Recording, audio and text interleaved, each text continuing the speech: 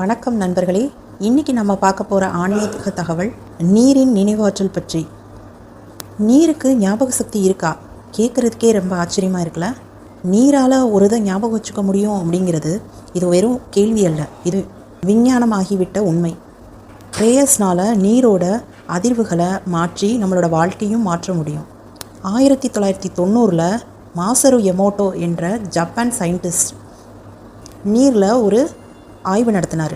அவர் 2 பாத்திரம் எடுத்துக்கிட்டு ஒரு பாத்திரத்தில் லவ், பீஸ் அப்படின்ற வார்த்தைகளை எழுதி அதில் தண்ணி ஊற்றி அதை ஃப்ரிட்ஜில் வச்சார்.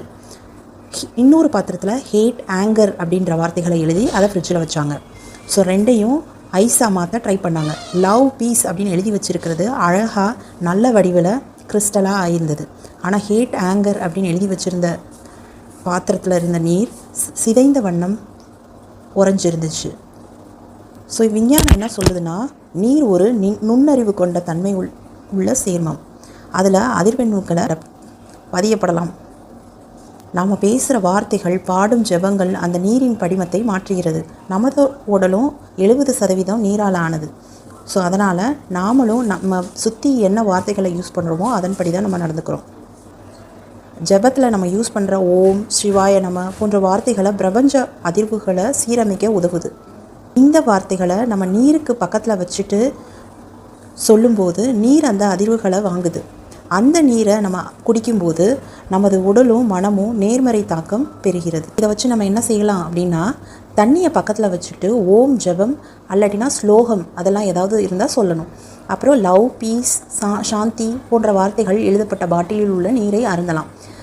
தர்பைப்புல், துளசி இலை போன்ற நேர்மறையை அதிகரிக்கும் இலையை போட்டு நீர் அருந்தலாம்.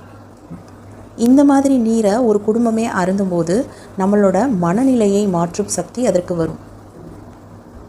ஸோ நீருக்கு நினைவாற்றல் இருக்குது. அது மூலமாக நம்மளோட மன அழுத்தத்தை குறைச்சிக்கலாம், தூக்கத்தை மேம்படுத்திக்கலாம், சுய நம்பிக்கையை வளர்த்துக்கலாம். ஸோ இதனால தான் இந்தியர்கள் நீரை ஒரு தெய்வீக பொருளாக கருதுனாங்க.